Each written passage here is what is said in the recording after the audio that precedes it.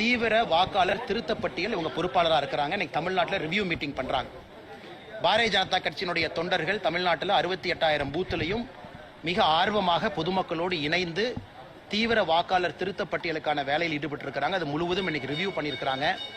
அதே நேரத்தில் எத்தனையோ போலி வாக்காளர்களை நம்ம கண்டுபிடிச்சிருக்கிறோம். அதையும் கூட இன்னைக்கு நம்முடைய தலைவர்கள் திரு தருண்ஜுக்கு அவங்க கவனத்துக்கு கொண்டு வந்தாங்க. நிறைய இடத்துல ஆளும் கட்சி திராவிட முன்னேற்ற கழகம் தன்னுடைய அதிகாரத்தை தவறாக பயன்படுத்தி BLO கையில வச்சுக்கிட்டு சில வேலைகள் செய்யறாங்க. அதையும் அவருடைய கவனத்துக்கு கொண்டு வந்திருக்கிறாங்க. நாங்கள் தேர்தல் ஆணையத்தை எப்பொழுதும் நம்புகின்றோம். அவர்களை நம்பி தொடர்ந்து நாங்கள் கம்ப்ளைண்ட் கொடுக்கிறோம். BLO சரியில்லாத இடத்துல BLOவை தேர்தல் ஆணையம் மாத்திருக்கிறாங்க. அதே நேரத்தில் ஆளும் கட்சியினுடைய பிடியிலிருந்து BLOவை வந்து காப்பாற்றணும். அதே நேரத்தில் நேர்மையான முறையில் SIR நடக்கணும். அதையும் நம்முடைய தொண்டர்கள் ஊர்ஜிதம் செய்வார்கள். செத்து போன சமஸ்கிருதத்துக்காக 2,400 கோடி ரூபாய் மத்திய அரசு ஒதுக்கியிருக்கு. தமிழ் மொழியோட வளர்ச்சிக்காக 10 வருட காலத்தில் 150 கோடி தான் ஒதுக்கியிருக்குன்ற அண்ணா, இதை நம்ம தொடர்ந்து பேசுறோம், மறுபடியும் ஒரு முறை பேசுறோம். ஏன்னா நம்முடைய துணை முதலமைச்சர் திரு உதயநிதி ஸ்டாலின் அவர்களுக்கு சில விஷயங்கள் புரியறதில்லை, திரும்ப திரும்ப சொல்றோம். இந்தியாவில் சமஸ்கிருத பல்கலைக்கழகங்கள் அதிகமா இருக்கு. 10 ஆண்டு காலம் இவங்க UPL இருந்த பொழுதும் கூட சமஸ்கிருத பல்கலைக்கழகத்தை திறந்தாங்க, தமிழ் பல்கலைக்கழகத்தை திறக்கல. MHRDயை பொறுத்தவரை எப்படி பணத்தை அலோகேட் பண்றாங்கன்னா, பல்கலைக்கழகங்களுக்கு பணத்தை கொடுக்கறாங்க. தமிழ் பல்கலைக்கழகத்தை தொடர்ந்து நாங்க திராவிட முன்னேற்ற கழகத்திட்ட சொல்றோம், MHRD பேசி புதிய தமிழ் பல்கலைக்கழகத்தை திறங்க. பீகார்ல திறங்க, கவுஹாட்டில திறங்க, டெல்லியில திறங்க. பல்கலைக்கழகங்களே திறக்கப்படாம நம்முடைய துணை முதலமைச்சர் வாயால வட சொல்றாரு. அதிகமான சமஸ்கிருத பல்கலைக்கழகங்கள் முதல்ல இருந்து இருக்கு. நாம எதையும் திறக்கல. கடந்த 10 ஆண்டுகள்ல நம்ம புதுசா எத்தனை பல்கலைக்கழகத்தை திறந்திருக்கிறோம் நீங்க பாருங்க. காங்கிரஸ் ஆட்சி காலத்திலிருந்து இருக்கக்கூடிய சமஸ்கிருத பல்கலைக்கழகங்கள் தமிழை விட அதிகமா இருக்கு. அதனால் நிதி அதிகமா போகுது. இன்னைக்கு முதலமைச்சர் அவர்கள் ஏன் சொல்லக்கூடாது, இந்தியாவில் எல்லா மாநிலத்திலும் 10 தமிழ் பல்கலைக்கழகத்தை திறக்கிறோம்னு சொல்லட்டும். நாங்க MHRD எடுத்துட்டு போறோம், நாங்க பேசுறோம், தமிழ் யூனிவர்சிட்டி ஓபன் பண்ணலாம், ஃபண்டிங் அடுத்த வருஷம் கிடைக்கும். தமிழ் பல்கலைக்கழகத்தையும் திறக்க மாட்டாங்க, அதற்கான முயற்சி எடுக்க மாட்டாங்க. தமிழ்நாட்டுக்குள்ளேயும் தமிழ் பல்கலைக்கழகம் ஒண்ணு வச்சிருக்கோம், அதையும் 2-3 ஆக்க மாட்டாங்க. அப்படி இருக்கும் பொழுது எப்படி மத்திய அரசு நிதி கொடுக்கும்? முதலமைச்சர் அவர்களை நாங்க தடுத்தமா? தஞ்சாவூர்ல தமிழ் பல்கலைக்கழகம் இருக்கு, கோயம்புத்தூர்ல ஓபன் பண்ணுங்க, மதுரையில் ஓபன் பண்ணுங்க, நாகர்கோவில் ஓபன் பண்ணுங்க. நாங்க வேண்டாம் என்று சொன்னோமா? தமிழ் பல்கலைக்கழகங்களுக்கு பணம் வரும். பல்கலைக்கழகங்களே இல்லாம இருந்தா எப்படி பணம் வரும்? அதனால் அதை தாண்டி இன்னைக்கு உதயநிதி ஸ்டாலின் அவர்கள் இன்னொரு தவறையும் பண்றாங்க. அவருக்கு சமஸ்கிருதம் தெரியுமா? தெரியாது. அவருக்கு ஹிந்தி தெரியுமா? தெரியாது. அவருக்கு தமிழ் மட்டும் தெரியும். அப்படி இருக்கும் பொழுது இன்னொரு மொழியை செத்துப்போன மொழி என்று சொல்வதற்கு நமக்கு என்ன உரிமை இருக்கு? எல்லோருக்கும் அவங்க தாய்மொழி பெருசுதான். எனக்கு தமிழ் மொழி பெருசு. அதற்காக நான் இந்திய திட்டனா திட்டல. என் மொழி எனக்கு பெருசு, என் மொழி எனக்கு பெருசு. சமஸ்கிருத திட்டனா இல்லை. அதாவது அரசியல்வாதிகள் இன்னைக்கு எவ்வளவு தரம் தாழ்ந்துட்டாங்கன்னா, தெரியாத ஒரு மொழியை செத்துப்போன மொழி, மோசமான மொழி. நம்ம மொழியை பெருமையா பேசுவாங்க, நான் தவறு இல்லை. அதுவும் வந்து ஒரு சத்திய பிரமாணம் எடுத்து ஒரு பதவியில் இருக்கக்கூடிய துணை முதலமைச்சர் Sanskrit is a dead language சொல்றாங்கன்னா அது வன்மையாக கண்டிக்கத்தக்கது. எந்த மொழியும் செத்த மொழி கிடையாது. எல்லா மொழியும் 4 பேர் பேசுறாங்க. அவங்களுக்கு அவங்க மொழி பெருசுதான். தமிழ்நாட்டில் சமஸ்கிருதம் பேசுறவங்க இருக்கிறாங்க. அதனால் எவ்வளவு வன்மையான ஒரு பார்வையோடு துணை முதலமைச்சர் இருக்கின்றார்கள் என்பதற்கு இது ஒன்றே சான்றுங்க. ஆனா இன்னைக்கு திராவிட முன்னேற்ற கழகம் தருண்சுக்கு அவர்கள் இன்னைக்கு பல மாநிலத்தில் தேர்தலை பார்க்கறாங்க. அவரே சொல்றாங்க, எல்லா மாநிலத்திலும் பாரதிய ஜனதா கட்சி பீகார்ல நம்ம என்ன செஞ்சிருக்கோம்னு சொல்லி ஓட்டு கேட்டோம். ஆனா தமிழ்நாட்டில் DMK கட்சி 5 வருஷம் என்ன செஞ்சிருக்காங்கன்னு சொல்லட்டுமே. இன்னும் north India, south India, Aryan, Dravidian, Brahmin, நான் பிராமின், தமிழ், நான் தமிழ், இப்படி தானே பேசுறாங்க. 4 ஆண்டுகளாக என்ன வேலை செஞ்சீங்கன்னு சொல்லுங்க. மக்கள் ஓட்டு போட்டு நாங்க ஏத்துக்கிறோம். அதனால் எந்த வேலையும் செய்யாதனால எலெக்ஷன் வந்த உடனே மறுபடியும் டெல்லியை நோக்கி படையெடுக்கிறாங்க. Delhi, Tamil Nadu, north, south, Aryan, Dravidian, Punjab, Tamil Nadu.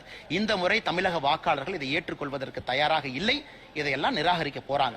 இதுவரை முதலமைச்சரோ துணை முதலமைச்சரோ வாயை திறந்து அவங்க செஞ்ச சாதனையை இதுவரைக்கும் சொல்லவில்லை என்றாலே தெரியுது இந்த எலெக்ஷனை எதிர்கொள்வதற்கு அவர்கள் பயப்படுகின்றார்கள். சார் वो आदमी बोला उदयनिधि स्टालिन जी, संस्कृत डेड लैंग्वेज है. मैं बोल रहा हूँ इलेक्शन समय में किस इलेक्शन समय में north south Aryan Dravidian same drama इधर चल रहा है. डेंगू है sir, last time Udhayanidhi Stalin Hindu religion का डेंगू. वो मंद बुद्धि बालक है, मंद बुद्धि बालक जो वे ऑफ लाइफ वर्ल्ड का बेस्ट वे ऑफ लाइफ है, जो सिविलाइजेशन वर्ल्ड का बेस्ट सिविलाइजेशन है, अगर उसको वो डेड दिखता है, डेंगू दिखता है, तो उसकी मनोस्थिति का खराबी है। तो उनको चाहिए कि या तो इटली का जो चश्मा उन्होंने राहुल गांधी से लेकर डाला है वो बदले या अपना मेडिकल कराए। தமிழ்ல மொழிபெயர்த்தறாங்கன்னா உலகத்தினுடைய இன்னைக்கு ரொம்ப த்ரைவிங்கா ஆரோக்கியமா இருக்கக்கூடியது இந்து மதம். யாருக்கும் எதிரான மதம் இல்ல. அந்த மதத்தை பார்த்து டெங்கு கொசுன்னு சொல்றாருன்னா அவர் போட்டிருக்கிற கண்ணாடி போட்டிருக்காருன்னா அது ராகுல் காந்தி கொடுத்திருக்கக்கூடிய இத்தாலி கண்ணாடி. அந்த கண்ணாடி மாத்திட்டு இந்திய கண்ணாடி போட்டாவே எல்லாம் சரியா தெரியும். கண்ணாடி அவர் மாத்தணும் அப்படிங்கிறார். நெல்லுக்கான கொள்முதல் ஈரப்பத அளவை உயர்த்தல தெளிவா சொல்றாங்க. நம்முடைய தஞ்சை மாவட்ட பகுதி டெல்டா பகுதி விவசாயிகள் புரிந்து கொள்ள வேண்டும். எப்பொழுதுமே பாரதிய ஜனதா கட்சி மோடி ஐயா உங்க பக்கம் இருக்கிறாங்க. இன்னைக்கு இவங்க பண்ணிருக்கிற டிராமா என்ன? தமிழ்நாட்டில் நெல்லில் இருக்கக்கூடிய ஈரப்பதம் 17% வரைக்கும் மத்திய அரசு வாங்குறாங்க. இதற்கு முந்தைய ஆண்டுகள்ல கனமழை பெய்த பொழுது 18.5 19% வரைக்கும் மத்திய அரசு தளர்வு கொடுத்து வாங்கினாங்க. ஒரு ஆண்டும் மத்திய அரசு தமிழக அரசுக்கு பணம் கொடுக்கறாங்க. நெல் கொள்முதல் நிலையங்களை கட்டுங்க, எந்த விவசாயினுடைய நெல்லும் நனையக்கூடாது, வாங்கி உள்ள வெய்யுங்க. இன்னைக்கு தமிழ்நாட்டினுடைய நெல் கொள்முதல் ஆணைய பாத்தீங்கன்னா 48 மணி நேரத்திற்குள்ள நெல்லை வாங்கி கொள்முதல் நிலையத்துக்குள்ள கொண்டு வரணும். இன்னைக்கு சக்கரபாணி அவர்கள் உண்மையை சொல்ற துறையினுடைய அமைச்சர் 60 நாள் சில இடத்துல எடுத்திருக்காங்க, 50 நாள் எடுத்திருக்காங்க, 40 நாள் எடுத்திருக்காங்க. நீங்க நெல்லை வாங்கி கொள்முதல் நிலையத்துக்குள்ள வர்றதுக்கு 60 நாள் ஆயிருக்கு, குறைந்தபட்சம் 1 வாரம் ஆயிருக்கு. அவ்வளவு நெல்லை வேண்டுமென்றே மலையில நனைய போட்டு மத்திய அரசு நெல் கொள்முதல் நிலையத்துக்கு கொடுக்கக்கூடிய பணத்தையும் பயன்படுத்தாம இன்னைக்கு முதலமைச்சர் அவர்கள் போலி டிராமா நடத்துறாங்க. அதைத்தான் பாரதிய ஜனதா கட்சி சொல்லுகின்றோம். 360 கோடி ரூபாய் ஊழல் செஞ்சிருக்கிறீங்க. நெல் கொள்முதல்ல ஊழல் பண்ணிருக்கிறீங்க. நெல்லை முழுவதுமாக வாங்குவது மத்திய அரசு, பணம் கொடுத்து வாங்குறாங்க. அப்படி இருக்கும் பொழுது விவசாய நண்பர்களுடைய வயிற்றில் அடிப்பதற்காக மறுபடியும் முதலமைச்சர் டிராமா பண்றாங்க. அதே நேரத்தில் ஏன் முதலமைச்சர் சொல்ல மாட்டாங்க? உடைந்து போன நெல், புரோக்கன் ரைஸ் 5-8% கொள்முதல் வாங்குறேன்னு சொல்லி அதை உயர்த்தி இருக்கிறாங்க. அதே முதலமைச்சர் பாராட்ட மாட்டாங்க. இன்னைக்கு விவசாய பெருமக்கள் கொண்டு வரக்கூடிய நெல், அதிலிருந்து வரக்கூடிய அரிசி 5-8% உடைந்திருந்தாலும் அதை முழுமையா மத்திய அரசு வாங்குறன்னு அதே ஆணையில சொல்லி இருக்கிறாங்க. அதை பேசுவது கிடையாது. இன்னும் ஈரப்பதம் உண்மையாலும் இருந்ததுன்னா அங்க மத்திய அரசுடைய கமிட்டி வந்து பார்த்துட்டு போயிருக்கிறாங்க, நாங்கள் எடுத்துட்டு போறோம். ஆனால் இந்த ஈரப்பதம் எல்லாம் மாநில அரசு தன்னுடைய தவறால் வெளியே போட்டிருக்கக்கூடிய நெல்லினுடைய ஈரப்பதம். மாநில அரசு வாங்கி மூட்டையை வெளியே போட்டு வரக்கூடிய மூட்டையை 48 மணி நேரத்துக்குள்ள உள்ள கொண்டு வராம 2 மாதம் தாமதம் செய்து வாங்கி இருக்கக்கூடிய நெல்லத்தை ஆய்வு பண்ணாங்க. மத்திய அரசு அதிகாரிகள் சும்மா வந்துட்டு போனாங்களா? நெல் எப்படி ஈரமாச்சு, யார் ஈரமானதற்கு பொறுப்பு, மாநில அரசு பொறுப்பா, இதெல்லாம் ஸ்டடி பண்ணி தான் ரிப்போர்ட் கொடுத்தாங்க. அந்த ரிப்போர்ட்டின் அடிப்படையில தான் மத்திய அரசு சொல்லியிருக்கிறாங்க. எப்பொழுதும் விவசாயத்தின் பக்கம், டெல்டாவின் பக்கம், காவிரி தாயினுடைய புதல்வராக இருக்கக்கூடிய விவசாயிகளின் பக்கம் பாரதிய ஜனதா கட்சி, பிரதமர் மோடி அவர்கள் இருப்பார்கள். மெட்ரோ விவகாரத்துல பாஜக ஆளுகின்ற அண்ணா, மெட்ரோ விவகாரத்தை பொறுத்தவரை நம்முடைய நண்பர்கள் ஒரு விஷயத்தை புரிஞ்சுக்கணும். இந்தியால மெட்ரோ என்பது 2017 மெட்ரோ பாலிசியின் படி தான் எல்லா மாநிலத்துக்கும் கொடுக்கறாங்க. இன்னைக்கு நாம் புரிந்து கொள்ள வேண்டும், மாநில அரசு மெட்ரோவை கேட்டு விண்ணப்பிக்கலாம், தவறு கிடையாது. நமக்கு கண்டிப்பா சென்னைக்கு வேணும், கண்டிப்பா கோயம்புத்தூருக்கு வேணும், கண்டிப்பா மதுரைக்கு வேணும், கொடுக்கணும். கொடுத்த ரிப்போர்ட் எப்படி கொடுத்தாங்க? 2022 கொடுத்த ரிப்போர்ட்ல 2011 பாப்புலேஷன் டேட்டா போட்டாங்க. வேறு மாநிலங்கள் என்ன பாப்புலேஷன் டேட்டா கொடுக்கறாங்க? அர்பன் ஏரியாவுடைய அக்ளோமரேஷன் சர்வே கொடுக்கறாங்க. அதாவது 2022 எலக்ட்ரிசிட்டி பில் எவ்வளவு மக்கள் வந்திருக்காங்க, வாக்காளர் எவ்வளவு இருக்காங்க பார்த்து கொடுக்கறாங்க. வேண்டுமென்றே தவறான ஒரு விவகாரத்தை 2011 டேட்டாவை கொடுக்கறாங்க. சென்னை, மதுரை ரெண்டும் குவாலிஃபை ஆகல, அவங்க கொடுத்த தவறான டேட்டா. ரெண்டாவது, மெட்ரோ வாங்குவது சிறப்பல்ல, மெட்ரோ நடத்துவது சிறப்பு. இன்னைக்கு பெங்களூர்ல பாருங்க, அந்த பகுதியினுடைய எம்பி தேஜஸ்வி சூர்யா கோர்ட்டுக்கு போயிருக்கார் பெங்களூர் மெட்ரோக்கு எதிராக என்னன்னா, எப்படி இந்த ஃபேரை வைக்கிறீங்கன்னு சொல்லுங்க. பெங்களூர் மெட்ரோல கண்டமேனிக்கு ஃபேரை ஏத்தி இருக்கிறாங்க. காரணம், திட்டம் சரியா போடல. இரண்டாவது, மத்திய அரசு கேட்கறது திட்டத்தை சரியா போடுங்க. கோயம்புத்தூர் மெட்ரோ ப்ரொபோசல் 6 இடத்துல மெட்ரோ ஸ்டேஷன் சொல்லியிருக்கக்கூடிய இடத்துல நிலத்தை எப்படி கையகப்படுத்த போறாங்க ரிப்போர்ட்ல இல்லை. பப்ளிக் லேண்டா பிரைவேட் லேண்டா இல்லை. ரைட் ஆஃப் வே இல்லை. ஹோப்ஸ் காலேஜில இருந்து கோயம்புத்தூருக்குள்ள போகக்கூடிய ரூட் டிராபிக் கன்ஜெஷன் சர்வேல இல்ல.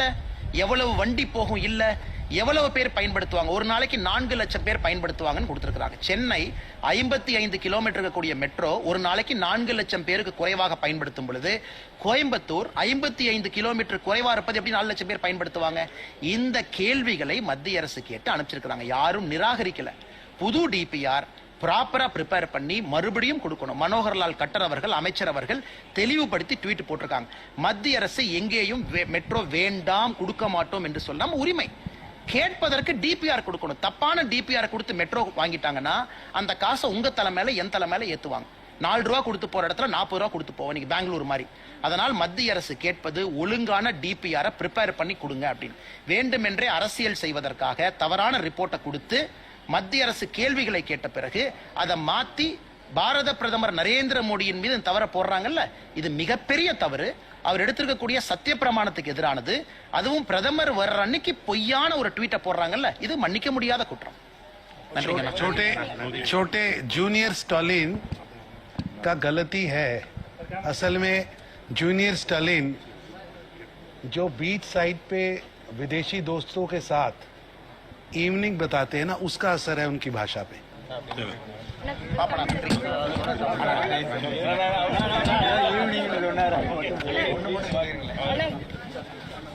தெரியாது